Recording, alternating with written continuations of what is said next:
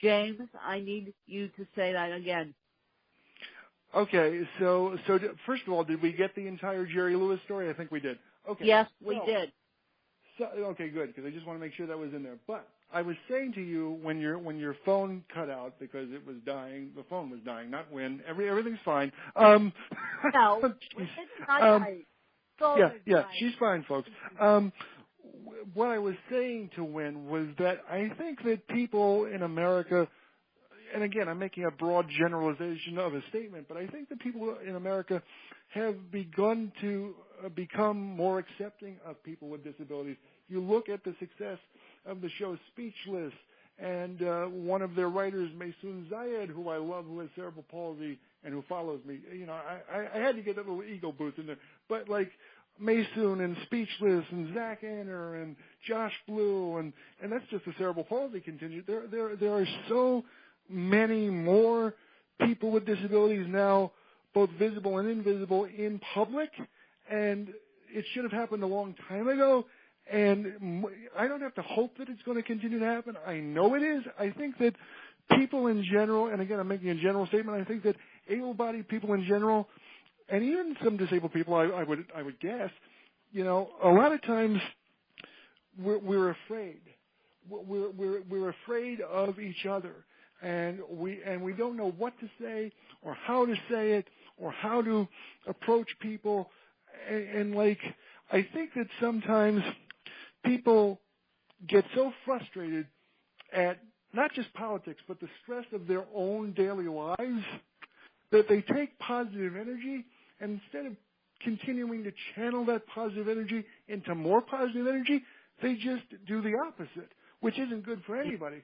So I think that if people just, you know, I know that a positive attitude isn't going to solve, you know, a staircase or a ramp being built, as Stella Young, the activist comedian, said a couple of years ago in her widely seen TED Talk. But I do think that attitude is a big part of it.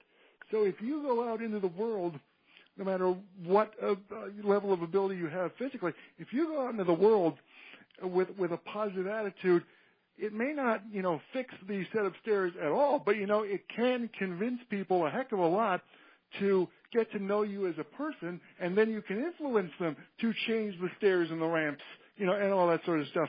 So, you know, just having a positive mental attitude was something that my grandpa Vito told me, you know, before he died a couple of years ago. He lived to be 94. He said, James, I know that, you know, your life with cerebral palsy is difficult and has been, but you know something?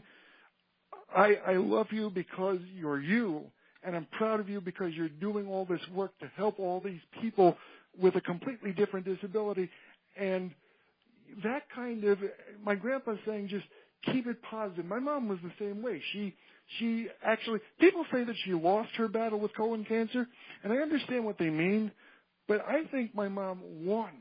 She won because she's at peace now, and she taught me to love unconditionally as many people as I can. And I know that with all the violence going on, gun shootings, it's not always easy to love everybody, but sometimes you just have to be willing to take a risk and put that love out there in the universe, and 99 times out of 100, that love will come back to you and double and reach somebody else and create this big ripple effect.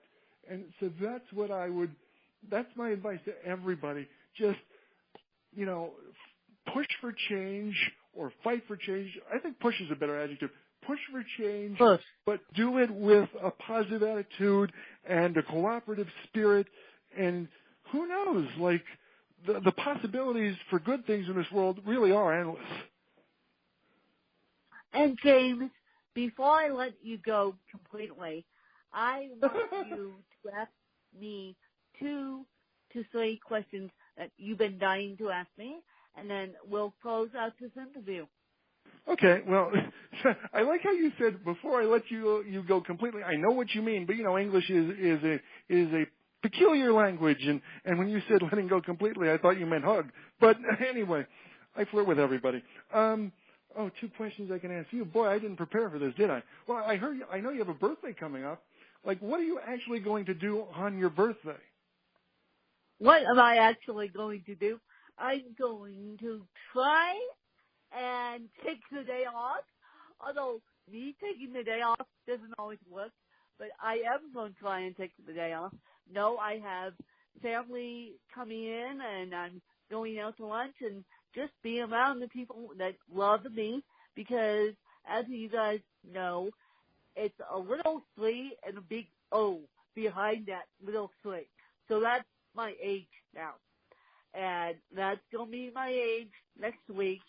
And am I bringing it in? Am I bringing it in with grace? Somewhat. Am I scared? Yes, to be a decade older. Do I think that medical technology has helped? Oh, yes, tremendously. Do I think that it would be easier for me to have CP nowadays? No, because of what Obamacare is doing, but that's a whole other podcast in itself. But do I think I'm living with cerebral palsy and Palin and gracefully? Yes. But do I know I have my flood? Yes. Do I know James has his flood? Yes. But as James said, let's just accept old people with cerebral palsy who are doing what they're meant to be doing. And not just people with cerebral palsy, but all people, regardless of whether they have a disability or not. I think a lot of people do want to be accepting, and just in a lot of cases they just don't know the right words to say. They're afraid of offending people, and that's understandable. But anyway, I think that everybody wants to, but sometimes it's just hard to turn that switch on, Anyway, yeah. So one other question. Let me see. Do I have a second question? Let me think about this for a second. Do I have a second? I mean, you do so many things. My friends may be listening to your show for the first time.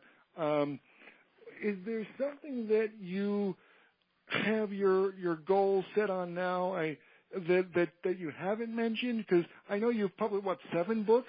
Where's book number 8? Win. I'm still trying to write my first book. Win. I'm still trying to write my first book. Book number 8 is coming. Book number 9 is also coming. Book number 9 is a little bit of an interesting story. I got to do a book about Robin Williams. I got to do the forward on that. So that's book number 9. Wow. Book number 8 is coming. It's coming out in August. It's the Mosaic of CP, by the way. It's my own work. So book number 8 is coming. And so is there anything I haven't accomplished yet? I want to gain my independence back. And as you guys know, 11 years yesterday, I actually had a scoliosis surgery go horribly wrong. And I fully admit that in I, Win, my original book. And I'm still trying to gain my independence.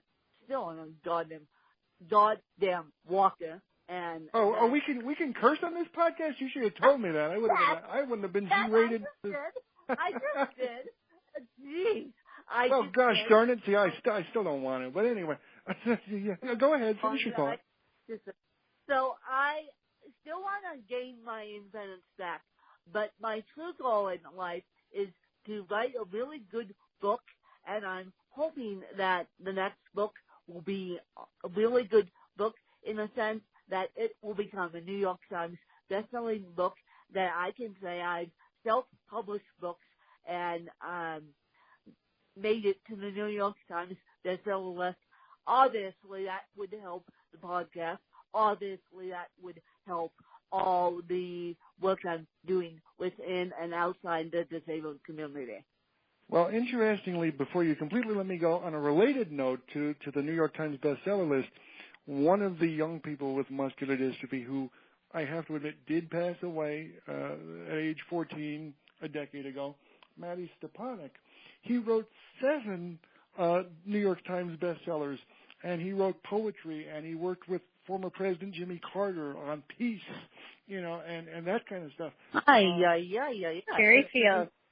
And so I think that for you, irony intended or not, you've already won in terms of publishing 7 of your own books. But yeah, getting on the New York Times bestseller list, it's I don't want to say it's not easy, but I don't want to use the cliche, if anybody can do it, you can. But I believe in you, Win. I really do. And by the way, for all of my friends who may be listening to her show for the first time, hope you listen to more than just my episode or episodes, and you can buy Win's first book and all of her other books, I, Win, basically at Amazon, Barnes & Noble, any other places that I missed? Nope, James.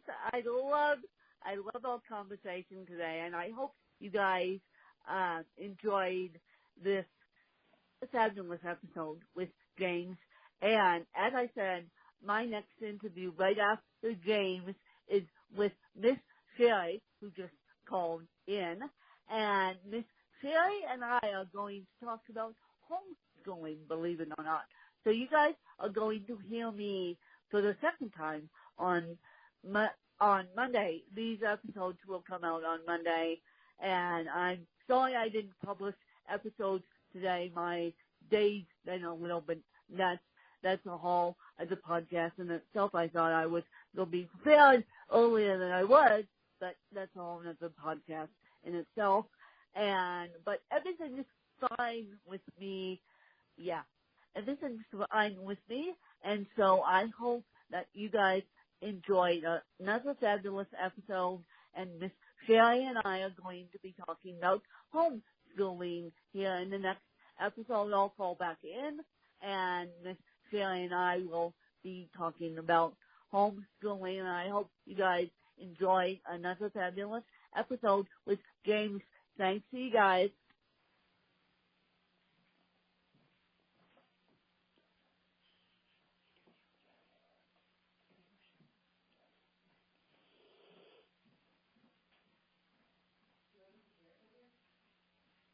Yeah, at some point. Goodness gracious. I should probably check to see if Win stopped recording. The host has joined the conference. There you are. I mean, geez.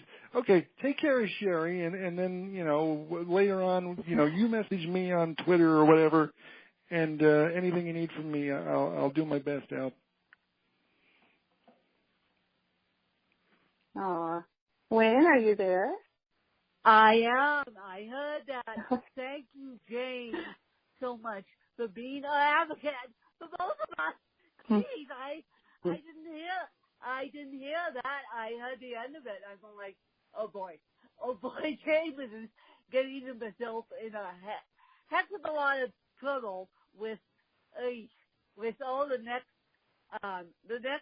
course of action here, which is homeschooling. But Sherry, I am, and James, if you want to stay and listen in, you're more than welcome. I promise I'll be quiet, but I'll listen. Sure, why not? Yeah, I was. Yeah. Yeah, I'm so sorry.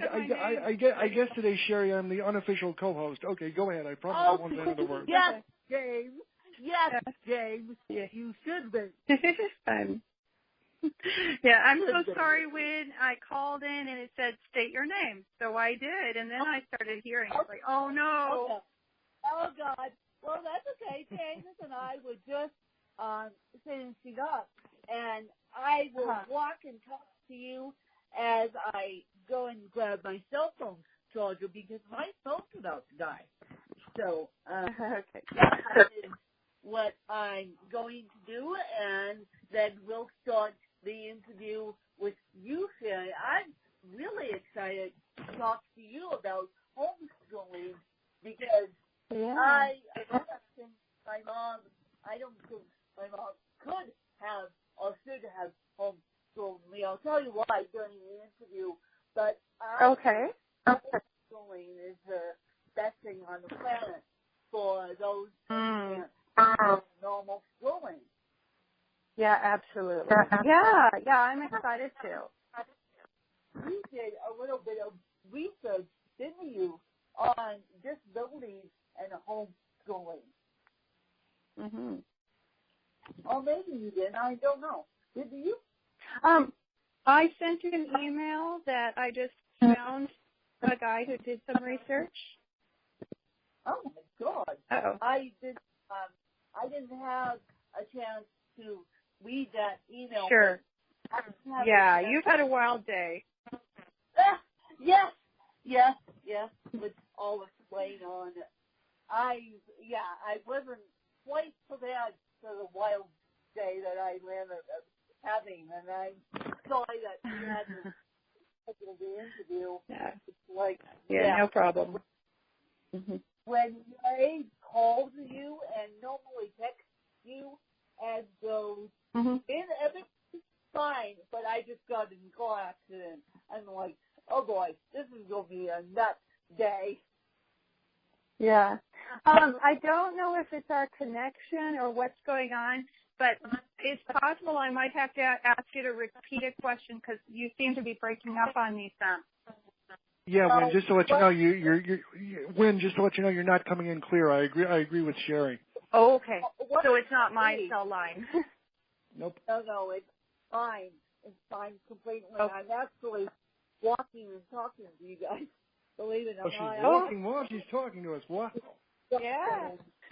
Grabbing my cell phone charger, believe it or not, so that my cell phone stays charged while Sherry and I talk. So, Okay. sorry about that, guys.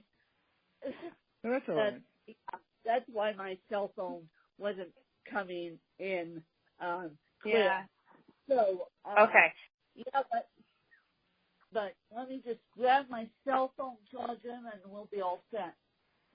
All right. Yeah, you just let me know. And as long as it works well for your podcast. Okay, Wynn, you're the star of this show. I'm just going to shut up and listen. Yeah. Absolutely. Yeah. Okay. Because that's all. And James, I truly don't mind you being here. Don't take offense to that. But no, I'm not. I'm just saying it's your show. You're the host. The name of the show is I Win. It's not I Win with James, for goodness sakes. Yeah, well, it could be. You never know. It could be. We could have a podcast together. You never know. I mean, you would make a spin-off show. Why not?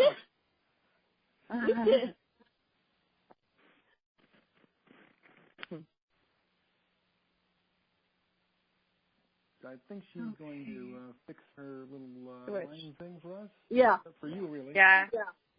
Cool. I promise. I won't say a word. You don't have a mute on your cell phone kind of situation? I'm actually calling on a landline. I actually, you know what? I could push the mute button. Let me do that. I'm gonna push the mute button, and you can tell her that I'm still here. Okay. I think Wynn can hear you. The average person with a landline anymore, geez, that's unbelievable. That's unbelievable, Sherry. Geez, I don't even have a landline. Well, we actually did for a bit when AT&T gave us a good internet offer, but then they doubled the price, and we were like, well, forget the landline. We'll go back to the other. Yeah, we'll go back to the other. It's a killing. Yeah.